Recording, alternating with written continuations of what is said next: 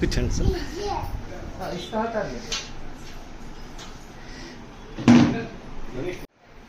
వాళ్ళ అవినీతి బాగోతాలు బయటకు వచ్చిన ప్రతిసారి, వారి చుట్టూ ఉచ్చు బిగిస్తున్న ప్రతిసారి ప్రజల దృష్టిని వాటి నుంచి మరలించే ప్రయత్నం వారు చేస్తూ ఉంటారు. ఉదాహరణకు ఇప్పుడు మద్యం చుట్టూ ఇతరత్ర వాటి అవినీతి బాగోతాలు బయటకు వస్తున్న నేపథ్యంలో ప్రజల దృష్టి అంతా ఈ ఇన్ని వేల కోట్ల ప్రజాధనాన్ని దోచేసిన దాని మీద, లేదా ఆ కల్తీ మద్యాన్ని, సొంత మద్యాన్ని తాపడం వల్ల కొన్ని లక్షల మంది ప్రజలు అనారోగ్యం బారిన పడి వాళ్ళ కుటుంబాలు రోడ్డును పడుతున్న నేపథ్యంలో వాటి నుంచి దృష్టి మరలించడం కోసం ఒక కొత్త విషయాన్ని తీసుకొస్తూ ఉంటారు. దాంట్లో భాగంగా తిరుమల గురించి, వాళ్ళ తిరుమలలో గోవుల చనిపోతున్న విషయం గురించి అబద్ధపు, అసత్యపు ప్రచారాలు చేస్తున్నారు. వాస్తవాలు ప్రజల్ని ఈ సోషల్ మీడియా మాధ్యమంగా కానీ, సొంత పత్రిక ద్వారా కానీ అవాస్తవాల్ని కూర్చి ప్రజల దృష్టి మరల్చే ప్రయత్నం చేస్తూ ఉంటారు. వాళ్ళకి సహజం, అలవాటైన విద్య. గతంలో ఎటువంటి మనం వాళ్ళ గురించి చరిత్ర గురించి మనం మాట్లాడుకోవాల్సిన అవసరం లేదు. 4 ఇంచుల లోతైన గాయాలు తల మీద మీద ఉంటే గుండెపోటుగా చిత్రీకరించే ప్రయత్నం చేశారు. సో అటువంటి వాళ్ళు ప్రజల పక్షాన పోరాడతారని నేనైతే భావించట్లేదు. ఇవాళ అసలు ఆ హిందూ ధర్మం మీద, హిందూ దేవుళ్ళ మీద నమ్మకం లేని భూమన కరుణాకర్ రెడ్డి గారు ఇవాళ గోవుల గురించి మాట్లాడడం చాలా హాస్యాస్పదంగా ఉంది. మీరు గతంలో ఆయన కానీ, ఆయన కొడుకు కానీ ఏ రకంగా టీటీడీ ఆస్తులను దోచారో, ఏ రకంగా ఆలయ పవిత్రతను దృష్టి పట్టించే ప్రయత్నం చేశారో మనం చూసాం.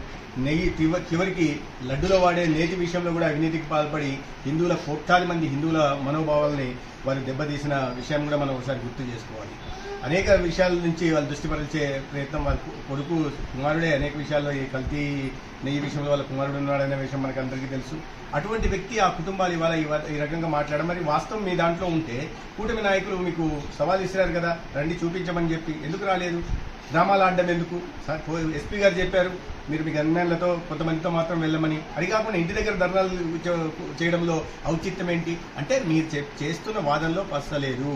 కేవలం ప్రజలు దృష్టి మరల్చడం కోసం, లేదా వారి రాజకీయ లబ్ధి కోసం చేస్తున్న ప్రయత్నం తప్పిస్తే నిజంగానే హిందూ ధర్మం మీద కానీ, లేదా గోవుల మీద కానీ కొత్తగా ప్రేమ పుట్టుకొచ్చిందంటే మనం నమ్మాల్సిన పరిస్థితి లేదు. వాస్తవంగా చూస్తే గత 6 నెలల్లో 44 గోవులు చనిపోయినట్లుగా తెలిసి పరిస్థితి అని అందరూ వెళ్ళారు. వెళ్ళిన తర్వాత అక్కడ అనేక మంది చూడడం కూడా జరిగింది. టీటీడీ ఈవో గారు స్వయంగా చెప్పారు. గతంలో ఎప్పుడో వైసీపీ హయాంలో గోవులు చనిపోయిన వాటిని కూడా ఫోటోలు బయట పెట్టారు. దానాలో అవినీతికి పాల్పడి పురుగుల దానాను గోవులకు పెట్టే ప్రయత్నం చేశారు వీరు ఇవాళ వాటి ఆరోగ్య సంరక్షణ పట్టించుకోలేదు. ఇవాళ మాట్లాడడం మాత్రం దయ్యాలు వేదాలు వల్లించినట్టుగా ఉంది. సాత్యాక్షులు ఈవో టీటీడీ గారు టీటీడీ ఈవో గారు అన్ని విషయాలు బయట పెట్టడం జరిగింది. దానికి సమాధానం చెప్పట్లేదు. లేదా కూటమి నాయకులు వచ్చి మీరు చూపించండి, సాక్ష్యాలు చూపించడం చెప్పట్లేదు. అదే 6 నెలల కాలం, గత కాలంలో వైసీపీ కాలంలో 79 గోవులు చనిపోయినట్టుగా ఉంది. మరి దానికి ఏం సమాధానం చెప్తారు? చెప్పకుండా హిందువుల మనోభావాలతో ఆడుకోవడం, మీ రాజకీయ లబ్ధి కోసం, మీ అవినీతి భాగోతాల నుంచి దృష్టి మరల్చడం కోసం ఈ రకంగా చేయడం అనేది సమంజసం కాదు. పైగా కరుణాకర్ రెడ్డి గారి కుటుంబం మాట్లాడడం, టీటీడీ ఆస్తుని ఊర్లో మున్సిపాలిటీకి తరలించి దాంట్లో కూడా దాదాపు 100 కోట్ల అవినీతికి పాల్పడే వాళ్ళ కుమారుడు. ఇంకా ఎందుకు? వారి ఇంకో విషయం కూడా బయటకు వస్తూ ఉంది. గతంలో ఎన్నికల దీంట్లో దొంగ ఓట్ల ఫ్యాక్టరీని ఏర్పాటు చేసి లేఅవుట్లోకి, ఎలక్షన్ కమిషన్ లేఅవుట్లోకి వెళ్ళి దొంగ ఓట్లను వాళ్ళు తీశారు. అవి కూడా కోర్టులో ఉన్నాయి, అవి కూడా బయటకు వస్తున్నాయి. వాటి ముందే జాగ్రత్త పడి వాటి నుంచి చూసారా రేపు చెప్పడానికి మేము ఇవన్నీ బయట పెడుతుంటే మా మీద కక్ష సాధింపు చర్యలు చేస్తున్నారు అని ఎలక్షన్ కమిషన్ చాలా తీవ్రమైన ఇదిగా తీసుకుంటుంది వాటిని. దాని మీద ఖచ్చితంగా కఠిన చర్యలు ఉంటాయి. దాంట్లో ఖచ్చితంగా వాళ్ళ కుమారుడు అవినయ్ రెడ్డి అనుకుంటాను అతని పేరు, అతని బాధ్యుడిగా చూస్తా ఉన్నాం. ఆ క్రమంలో అది బయటకు వస్తున్న నేపథ్యంలో దానికి ముందే జాగ్రత్త పడి ఇటువంటి అసత్య ప్రచారాలు చేసి ప్రజలు దృష్టి మరల్చడం మనకు అలవాటైన విషయం. దాని గురించి మనం దాన్ని ప్రత్యేకంగా ఆలోచించాల్సిన అవసరం లేదు. దాని గురించి నిన్న కూడా వారి భాగవతం బయటపడింది, బట్టబయలు అయిపోయింది, ఎక్స్పోజ్ అయిపోయారు పూర్తిగా రాకుండా. కాబట్టి అబద్ధాన్ని బురద చల్లడం పారిపోవడం ఇది వారికి అలవాటు. గతంలో అదే పని చేశారు, మళ్ళీ అధికారంలో ఉంటున్నప్పుడు అదే పని చేశారు. ఇప్పుడు మళ్ళీ ప్రతిపక్షంలోకి వచ్చిన తర్వాత కూడా ఇదే రకంగా అసత్య ప్రచారాలు చేసే ప్రయత్నం చేశారు. అనేక విషయాలు బయట పడుతూనే ఉన్నాయి. దేంట్లో చూస్తే ఆరోగ్యశ్రీ, ఉదాహరణకు ఆరోగ్యశ్రీ 7వ తేదీ ఈ నెట్వర్క్ హాస్పిటల్స్ స్ట్రైక్ పిలిస్తే మేము మాట్లాడాం. వారికి 3,500 కోట్లు గతంలో ప్రభుత్వం బకాయిలు పెట్టిపోయింది, వాటిని చెల్లిస్తూ వస్తున్నాం.